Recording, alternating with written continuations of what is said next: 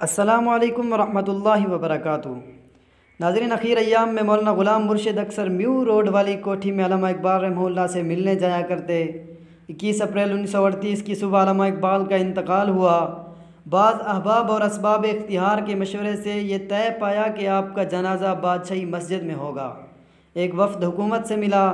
اس وفد میں مولانا غلام مرشد بھی شامل تھے۔ حکومت سے کہا گیا کہ علامہ اقبال کو بادشاہی مسجد کے باہر دفن کیا جائے۔ جنازہ آپ کے مکان میو روڈ سے بعد دوپہر اٹھایا گیا۔ علامہ اقبال کا جنازہ بادشاہی مسجد کے اندر صحن میں دائیں طرف پڑھایا گیا۔ آپ کی نماز جنازہ مولانا غلام مرشد نے پڑھائی اور آپ کو اس مسجد کے باہر ہی دفن کیا گیا۔ مولانا غلام مرشد آہستہ آہستہ رک کر خطبہ دیتے تاکہ سامعین کو ذہن نشین ہو سکے۔ مولانا ہر روز سنہری مسجد میں نماز فجر کے بعد درس قرآن دیتے۔ یہ مسجد ڈبی اور کشمیری بازار کے سنگم پر ہے۔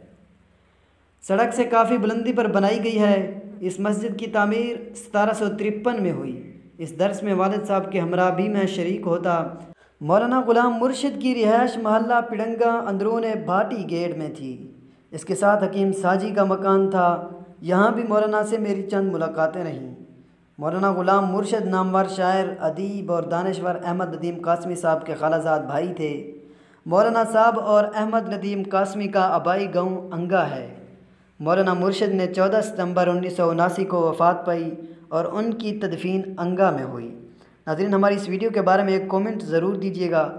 ہاں، اگر آپ ہمارے چینل پہ پہلی مرتبہ آئیں تو چینل کو بھی ضرور سبسکرائب کیجیے گا۔ والسلام۔